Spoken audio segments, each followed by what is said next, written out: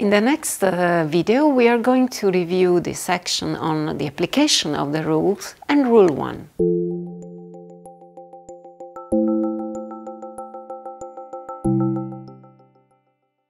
As specified in Annex VIII of the regulation, the classification guidance restates that all implementing rules, all classification rules and all indents should be considered to classify an IVD device and its accessory. The section General Application Rules of the guidance reinforce the message that unless there is a specific statement, rules apply equally to all technologies or principle of detection, all analytical procedures and all specimen types. Also, there is a point on software, a reminder that if the software drives a device or influences the use of a device, then it will fall in the same class as the device. But if the software is independent, then it should be classified based on its intended purpose. So let's look at Rule 1 and the explanations and the details provided in the classification guidance with regard to this rule. As a reminder, Rule 1 covers Class D devices, so highest risk devices. It includes 3 indents. Indent 1 covers the devices that are intended to be used to evaluate the suitability of blood or blood components or cells or tissues or their derivatives in view of transfusion or transplantation or cell administration. Suitability equals lack of transmissible agents. The guidance points to the European directives that established harmonized requirements for the testing of donor and donation when it comes to risk of transmission of infections. It also specifies that national competent authority can expand those requirements covered in the directives. Devices covered by this indent are devices such as HPSAG for hepatitis B or HIV devices used where the intended use is the screening of donation.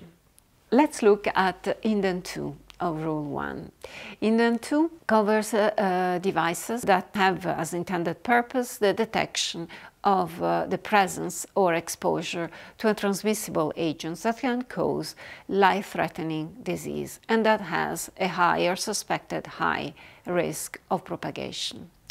Now, the guidance we saw in a previous video includes a definition of life-threatening disease, where life-threatening disease is a disease that generally results in death and for which there are little or no therapeutic option.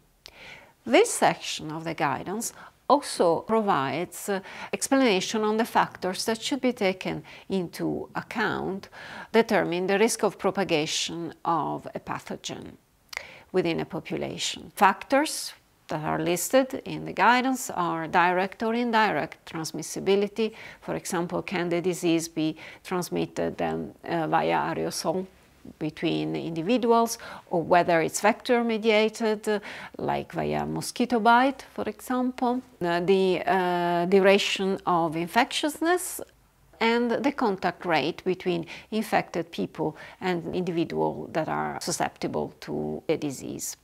The specification included also in this guidance is that the risk of propagation considered is the risk of propagation for the general European population. The guidance also reinforces the fact that these rules applies to first-line, confirmatory or supplemental assays. Examples provided are hepatitis B and C devices, but also devices for COVID-19 and devices for highly virulent pandemic influenza. Indent 3 covers devices that are intended to be used for the determination of infections load, again for a life-threatening disease, when determining this viral load is critical for patient management.